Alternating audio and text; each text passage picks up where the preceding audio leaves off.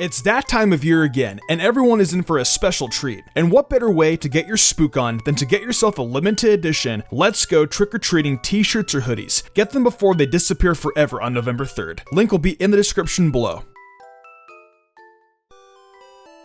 Eeveelutions. Some of the most iconic Pokemon in the series. A lot of Pokemon fans love putting Eeveelutions on their teams, and I'm actually one of them. The Eeveelutions are some of the best team members I think anyone would want on their team, specifically Jolteon for the best team for Kanto. However, just because Jolteon is on the best team for Kanto, does that necessarily mean it's the best evolution for Kanto overall? I've been thinking lately that I have been wanting a series similar to the best team. I want to make a series involving all the Eeveelutions to decide which one is the best for taking on each region. Just like how the best team works, I'm going to be taking into consideration how well each available evolution does against the gym leaders, Elite Four members, rivals, evil teams, and other important battles. What the said games I'm talking about. In this case today, those games would be the entirety of Kanto, being red, blue, yellow, and fire red and leaf green. We will be looking into each of the available evolution's strengths, weaknesses, and move pool. Like best team, no post-game tutor moves nor egg moves will be included in the fire red and leaf green portion. Regardless, the 2 Pokemon daycare doesn't even exist until the post-game anyways, and in Generation 1, breeding didn't exist neither. So all in all, we are trying to find out which evolution is the best for taking on Kanto. Does the evolution have to be on a team? Sure, if you want. This video series is just to point out which evolution is the best for taking on the said games presented. If you want to make a team with an evolution on it, these videos will help you decide on which of the evolution is the best to use for that specific region or game. At the end of the video, after we discuss which evolution specializes in and we figure out how well they do in game, we tally up their points. Points will be awarded for how well they do based off performance overall and how well they do in important battles. There will be more factors playing in as well, but I will explain those later on towards the end of the video. Anyways, I think you guys know what's going on now. So without any further ado, let's rank these evolutions.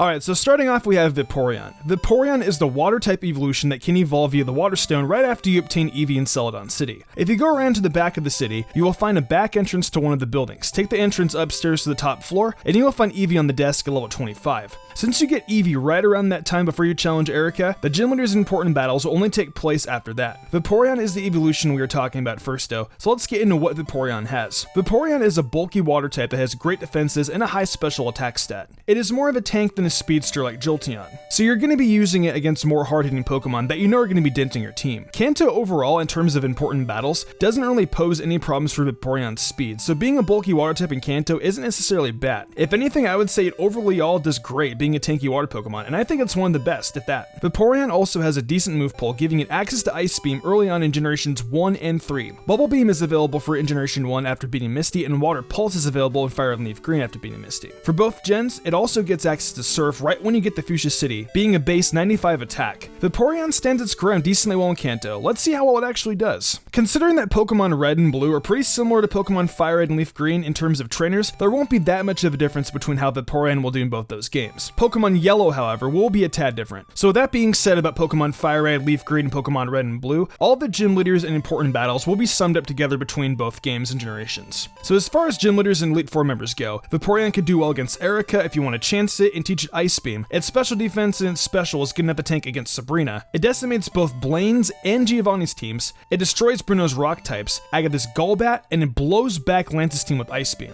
So the rivals teams actually work very similar in Pokemon Fire Red and Leaf Green, and in Pokemon Red and Blue. So for Pokemon Red, Blue, Fire Red, and Leaf Green, if the rival chose Charmander, they hit this well against Rhydon, and if you want to use it for Exeggutor, I guess you could. If you choose a Squirtle, it destroys Arcanine and Rhydon, and the same also applies if you chose Bulbasaur. Pokemon Yellow is interesting because the rival actually doesn't pick one of the Kanto starters. He has an Eevee, and it can evolve into any of the 3 evolutions depending on certain conditions. So if Blue has either Vaporeon or Jolteon as a starter, they hit this well against Sandslash, Exeggutor, and Ninetales. If he starts with Flareon, Vaporeon once again is good against Sandslash and Exeggutor, and it decimates Flareon. Also, Pokemon Yellow has Jesse and James as a difference, but Vaporeon does neutral against them. One more small thing in Pokemon Yellow is that Vaporeon gets Aurora Beam at level 36, so if you don't have Ice Beam, you can just use this for the time being. I don't know why you wouldn't teach it Ice Beam because you literally get the TM from giving a fresh water to the girl at the top of the department store in Celadon City. Moving on to our second evolution, we have Jolteon. Jolteon, the electric type evolution, has a very solid special defense and incredible special attack and speed. And in fact, to this day, Jolteon remains one of the fastest Pokemon in the entire series, so naturally this makes Jolteon a very formidable Pokemon. Now it is a little weak in the HP and defense stats, but honestly it doesn't hinder it too much. However, even with solid stats based on what you get in Kanto, it actually doesn't hold up super well, at least in the Generation 1 games. Starting with Red and Blue, it doesn't get any moves that are actually effective against the majority of the Indigo League. Now sure, it gets moves like Double Kick and Pin Missile, but those are physical moves, which Jolteon's attack stat isn't good at all. It can help, sure, but it's not going to one-hit KO anything at all, period. And for its stab electric moves, you get Thunderbolt pretty early after beating Lieutenant Surge, but you have to wait until level 52 for Thunder. And even then, these moves only do well against the majority of Lorelei's team, Lance's Gyarados, Aerodactyl, and Dragonite. Now regardless of starter, Jolteon will do well against Duravel's Pidgeot and Gyarados, but can do well against his Charizard if you pick Bulbasaur, or his Blastoise if you pick Charmander. But that's really it. It literally only comes in clutch in a few situations towards the end of the game. Kinda disappointing considering all the power and potential it has. Now this becomes even more disappointing in Pokemon Yellow. The only thing that changes significantly move pool wise is that it can learn Pin Missile and Double Kick sooner. However, it still doesn't really matter. It does well against Lorelei and Lance, but it gets trickier against Blue. He no longer has his Pidgeot or Gyarados, so that's most of the Pokemon Jolteon does well against gone.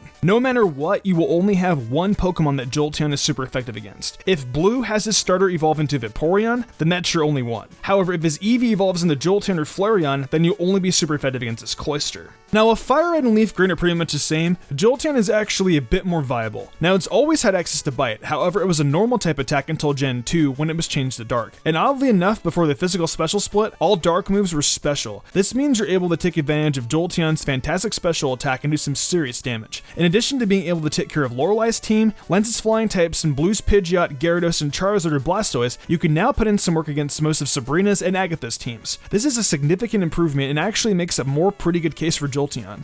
Alright, so for our last and final evolution, we have Flareon. Now, I love Flareon in terms of design, but I dislike it when it comes to competitive and using it in an in-game team. Flareon is a decent Pokemon when it comes to special defense, speed, and attack. The problem is, these stats are, well, not really all that great for Flareon. I feel it should have a different stat distribution, like for example, the speed stat should have been swapped for the special defense stat, making Flareon into more of a glass cannon. I see no point in having Flareon have a high special defense stat. The physical special split in generations 1 through 3 is also a semi-problem for Flareon, considering all fire type attacks are special in this generation. It still has 95 special attack and a decently high special stat in generation 1, but still. If physical fire attacks existed back then, I guess it could be a little bit better, semi. There's one other factor that really bothers me about Flareon too. The fact that in generation 1, it doesn't learn Flamethrower until past level 50. There's no Flamethrower TM in generation 1. Flareon does learn Ember at level 31 in Pokemon Red and Blue, but relying on an attack that weak for the entirety of the game is still pretty terrible. In Pokemon Yellow, it gets Ember at level 16, but Flareon won't have it when it evolves at level 25. Fire Red and Leaf Green, however, are a little better for Flareon, considering you can get Flamethrower on Flareon right when you get into Celadon City, if you have the funds for it, of course. So Flareon is better in Fire Red and Leaf Green than Pokemon Red and Blue. So because Flareon lacks a lot of firepower in Generation 1, only really getting Ember, Fire Spin, and Fire Blast, I'm already going to consider it as the worst evolution for Kanto. It gets Flamethrower way too late in the game, and even by the time you get Flamethrower, the viability for Flareon is pretty much wasted. You can use way better fire Pokemon than Flareon. Fire Red and Leaf Green is better for Flareon, but you have to spend a big amount of your time either money grinding or gambling for the Flamethrower TM. Jolteon and Vaporeon get access to way better stab attacks in both generations 1 and 3 right when you evolve them. So Flareon is the worst evolution in Kanto due to all these flaws it has. However, I will still mention what Flareon does well against if you still want to use it on your team, more specifically for Pokemon Fire Red and Leaf Green.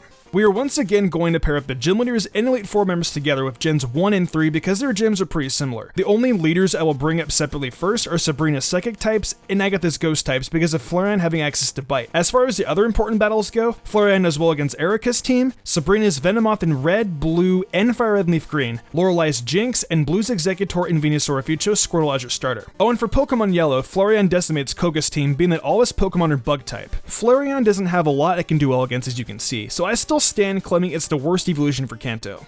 Now, since we have discussed the Eeveelution's overall performance rating with Kanto as a whole, I'm going to start the tallying process. How this process is going to be done is for each Pokemon the said evolution does well against across all generations, it will get 1 point. That includes Pokemon from each of the games. It doesn't matter if the team is the same. Each Pokemon for each game will count. Red, Blue, Yellow, and Fire Red and Leaf Green will all have their own separate categories for Pokemon. There will also be additional bonus points given to them how well they overly all do in Kanto based on stats, move pool, and move accessibility. These bonus points can range from 3 to 5 points points based on how big of an impact it has game-wise and performance-wise. We're also not going to be taking into consideration every single move these evolutions get, because that would honestly take forever. The moves we mentioned during their evaluation phase will more than suffice. For example, coverage moves like Ice Beam and Bite. Alright, let's see what evolution is the best for Kanto. Totaling up all the stats, I came to the conclusion that Flareon had a total of 36 points altogether against the important battles in Generations 1 and 3, and it gets 3 bonus points in Pokemon Fire and Leaf Green for having Flamethrower early. So altogether, Flareon has 39 points. Next, Jolteon has 45 points from Gens 1 through 3 for all the Pokemon it is great against, and has 5 bonus points for highest speed and crits in Generation 1. It also gets another 5 points for getting access to Thunderbolt early in Pokemon Red and Blue, and getting Shockwave and T-Bolt early in Fire and Leaf Green. Lastly, we have Vaporeon, and it scored 75 points altogether across Generations 1 through 3. For bonus points, Vape scored 5 points for having early access to Grit Water Stabs in both Gens 1 and 3, another 5 for having access to Ice Beam in both games, and a last 5 for having tanky stats in Kanto in general.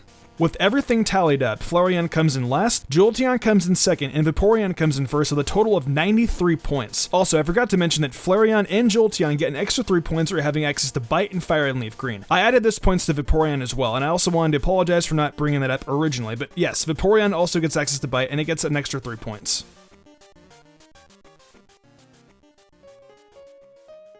So in conclusion, Vaporeon is the best evolution for Kanto due to it being a very reliable water tank Pokemon. It has early access to Ice Beam and Great Water Stabs, as well as it doing well against the majority of important Kanto battles. I want to do this for more generations, but I'm not sure if you guys want this or not. Do you guys want more? Let me know in the comments below if you would. If you enjoyed the video, why not leave a like and subscribe to my channel with notifications on, that way you never miss an upload. If you want to support me further, consider following my Twitch, where I stream a lot of Pokemon content like shiny hunting, showdown battles, even Pokemon Mystery Dungeon, Explorers of Sky speedruns. I also stream Nintendo content like Zelda and Fire Emblem. So if you guys can come out and support, I would love that a lot. Want to support me further and gain cool perks? Check out my Patreon. Fly Jubilee, Dan Leone, Lady Crimson, Pal491, and Jarrett Weez Austin did, and I wanted to thank them personally for going above and beyond. It means the world to me. I think I'm gonna wrap this up though. I'm MysticUmbreon, and I will see you in the future for more awesome Pokemon content.